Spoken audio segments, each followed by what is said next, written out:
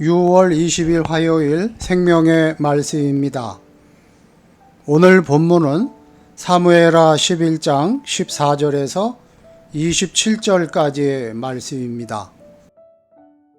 아침이 되매 다윗이 편지를 써서 우리아의 손에 들려 요압에게 보내니 그 편지에 써서 이르기를 너희가 우리아를 맹렬한 싸움에 앞세워두고 너희는 뒤로 물러가서 그로 맞아 죽게 하라 하였더라. 요압이 그 성을 살펴 용사들이 있는 것을 아는 그곳에 우리아를 두니 그 성 사람들이 나와서 요압과 더불어 싸울 때에 다윗의 부하 중 몇 사람이 엎드러지고 햇사람 우리아도 죽으니라. 요압이 사람을 보내 그 전쟁의 모든 일을 다윗에게 보고할세 그 전령에게 명령하여 이르되 전쟁의 모든 일을 내가 왕께 보고하기를 마친 후에 혹시 왕이 노하여 내게 말씀하기를 너희가 어찌하여 성에 그처럼 가까이 가서 싸웠느냐? 그들이 성 위에서 쏠 줄을 알지 못하였느냐? 여롯베셋의 아들 아비멜렉을 쳐 죽인 자가 누구냐? 여인 하나가 성에서 맷돌 윗짝을 그 위에 던지매 그가 데베스에서 죽지 아니하였느냐? 어찌하여 성에 가까이 갔더냐 하시거든 네가 말하기를 왕의 종 햇사람 우리아도 죽었나이다 하라.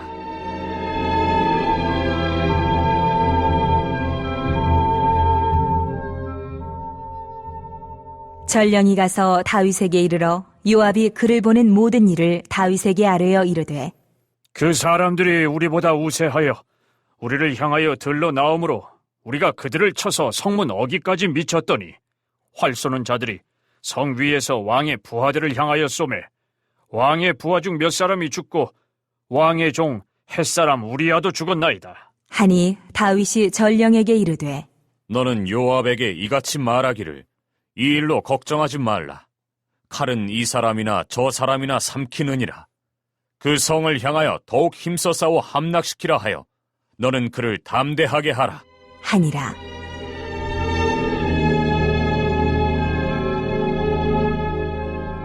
우리아의 아내는 그 남편 우리아가 죽었음을 듣고 그의 남편을 위하여 소리내어 우니라. 그 장례를 마침에 다윗이 사람을 보내 그를 왕궁으로 데려오니 그가 그의 아내가 되어 그에게 아들을 낳으니라. 다윗이 행한 그 일이 여호와 보시기에 악하였더라. 죄는 회개를 통해 해결해야 합니다. 그러나 어리석은 자는 자기 죄를 덮기 위해 또 다른 죄를 짓습니다. 결국 죄가 눈덩이처럼 불어납니다. 다윗은 하나님께 많은 은혜를 받았음에도 불구하고 자기 죄를 다른 죄로 덮으려고 했고 이는 하나님의 징계를 피할 수 없는 이유가 되고 말았습니다. 주변 나라들을 제압하고 하나님의 영광을 떨치게 했던 다윗과 군대 장관 요압이 살인 모의를 하는 협작꾼들이 되고 말았습니다. 다윗은 전장에 있던 요압에게 전투를 가장해 우리아를 죽이라는 편지를 써서 우리아의 손에 그 편지를 들려 보냈습니다. 사무엘서 저자는 다윗을 옹호하기 위한 표현은 전혀 사용하지 않습니다. 오히려 그를 하나님의 진노를 당해 마땅한 자로 묘사합니다. 다윗의 편지를 받은 요압이 만약 하나님을 의식하고 있었다면 당연히 다윗의 명령을 거부하겠지만 아브넬을 암살한 사건에서도 나타나듯이 그는 하나님 앞에서 정직하게 살려고 했던 사람은 아니었습니다. 요압은 다윗의 계략을 그대로 받아들여 다윗의 부하 중 몇 사람과 함께 우리아를 죽게 만듭니다.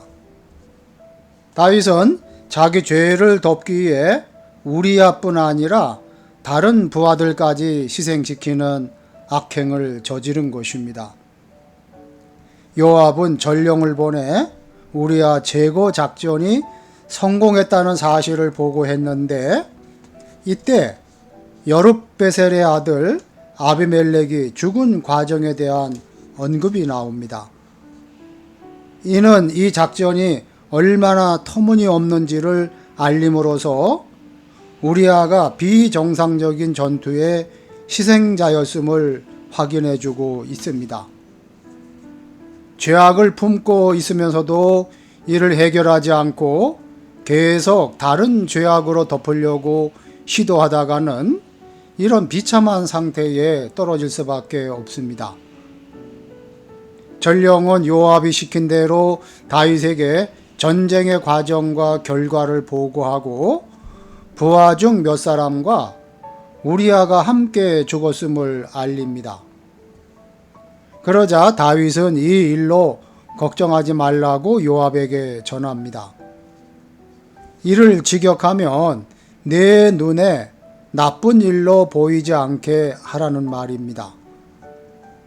여기서 사무엘서에 일관된 주제, 사람은 외모를 보거니와 여호와는 중심을 보신다는 메시지가 다시금 제시됩니다.